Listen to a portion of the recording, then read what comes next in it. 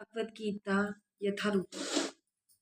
यदि तुम भक्ति योग के विधि विधानों का भी अभ्यास नहीं कर सकते तो मेरे लिए कर्म करने का प्रयत्न करो, क्योंकि मेरे लिए कर्म करने से तुम पूर्ण अवस्था को प्राप्त होगे।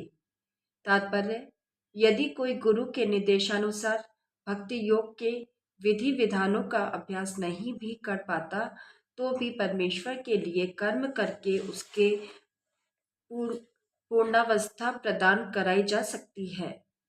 यह कर्म किस प्रकार किया जाए, इसकी व्याख्या 11वें अध्याय के 55वें श्लोक में पहले ही की जा चुकी है।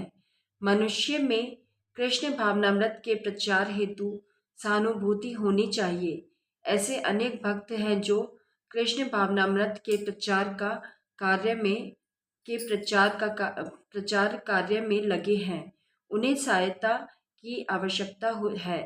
अतः भले ही कोई भक्ति योग के विधि विधानों का प्रत्यक्ष रूप से अभ्यास न कर सके, उसे ऐसे कार्य में सहायता देने का प्रयत्न करना चाहिए। प्रत्येक प्रकार के प्रयास में भूमि, पूंजी, संगठन तथा श्रम की आवश्यकता होती है। जिस प्रकार किसी भी व्यापार में रहने के लिए स्थान उपयोग के लिए कुछ पूंजी, कुछ श्रम तथा विस्तार करने के लिए कुछ संगठन चाहिए, उसी प्रकार कृष्ण सेवा के लिए भी उनकी आवश्यकता होती है।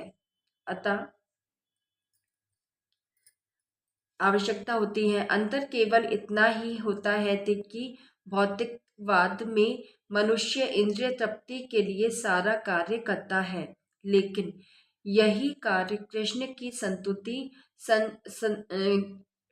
की तुष्टि के लिए किया जा सकता है। यही दिव्य कार्य है। यदि किसी के पास पर्याप्त धन है तो वह कृष्ण भावनामृत के प्रचार के लिए कोई कार्यालय अथवा मंदिर निर्मित कराने में सहायता कर सकता है, अथवा वह प्रकाशन में सहायता पहुंचा सकता है। कर्म के विविध क्षेत्र हैं और मनुष्य को ऐसे कर्मों में रुचि लेनी चाहिए। यदि कोई अपने कर्मों के फल को नहीं त्याग सकता तो कम से कम उसका कुछ प्रतिशत कृष्ण भावनामृत के प्रचार में तो लगा ही सकता है। इस प्रकार कृष्ण भावनामृत की दिशा में स्वेच्छा से सेवा करने से